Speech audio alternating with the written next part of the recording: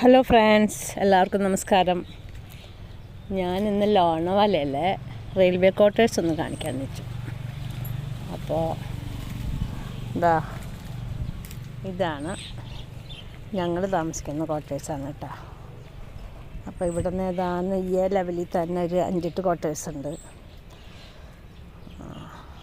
പിന്നെ ഈ ക്വാർട്ടേഴ്സിൻ്റെ ഒക്കെ മേലെ, എല്ലാ ക്വാർട്ടേഴ്സിൻ്റെയും മേലെ ഓടിട്ടിട്ട് അതിൻ്റെ താഴെ ഷീറ്റ്, പിന്നെ അതിൻ്റെ താഴെ മരങ്ങൾ. അങ്ങനെയാണ് ഈ ക്വാർട്ടേഴ്സൊക്കെ ഉണ്ടാക്കിയിട്ടുള്ളത്. ഇത് ഒരുപാട് വർഷങ്ങളായിട്ടുള്ള ക്വാർട്ടേഴ്സാട്ടോ. കുറേ വർഷങ്ങളായെന്ന് പറയുന്നത്, ബ്രിട്ടീഷുകാരുടെ കാലത്തുള്ളതെന്ന് പറയുന്നത്, അങ്ങനെ പറഞ്ഞ് കേട്ടിട്ടുള്ളത്. അപ്പോൾ ഇപ്പോൾ ഇത് ഒരുവിധ ആൾക്കാരൊക്കെ റിട്ടയർഡായിപ്പോയി. പിന്നെ ഇവിടെയാണെങ്കിൽ നമ്മുടെ നാട്ടിലെല്ലാ സാധനങ്ങളും ഉണ്ട്. ചക്ക, മാങ്ങ, പിന്നെന്താ പേരയ്ക്ക, പിന്നെ എല്ലാ തരത്തിലുള്ള പക്ഷിമൃഗാദികളും ഒക്കെ ഉള്ളൊരു സ്ഥലമാട്ടോ.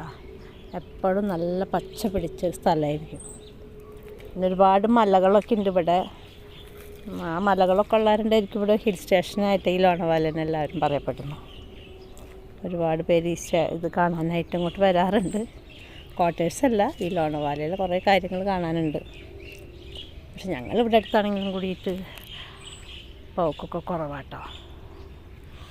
പിന്നെ ഇതൊക്കെ റെയിൽവേ സ്റ്റേഷൻ്റെ അടുത്തുള്ള ക്വാർട്ടേഴ്സാണ്. പിന്നെ ഓരോ ക്വാർട്ടേഴ്സും വ്യത്യാസമുണ്ട് കേട്ടോ, ഓരോ സൈഡിലുള്ള ക്വാർട്ടേഴ്സും കണ്ടോ.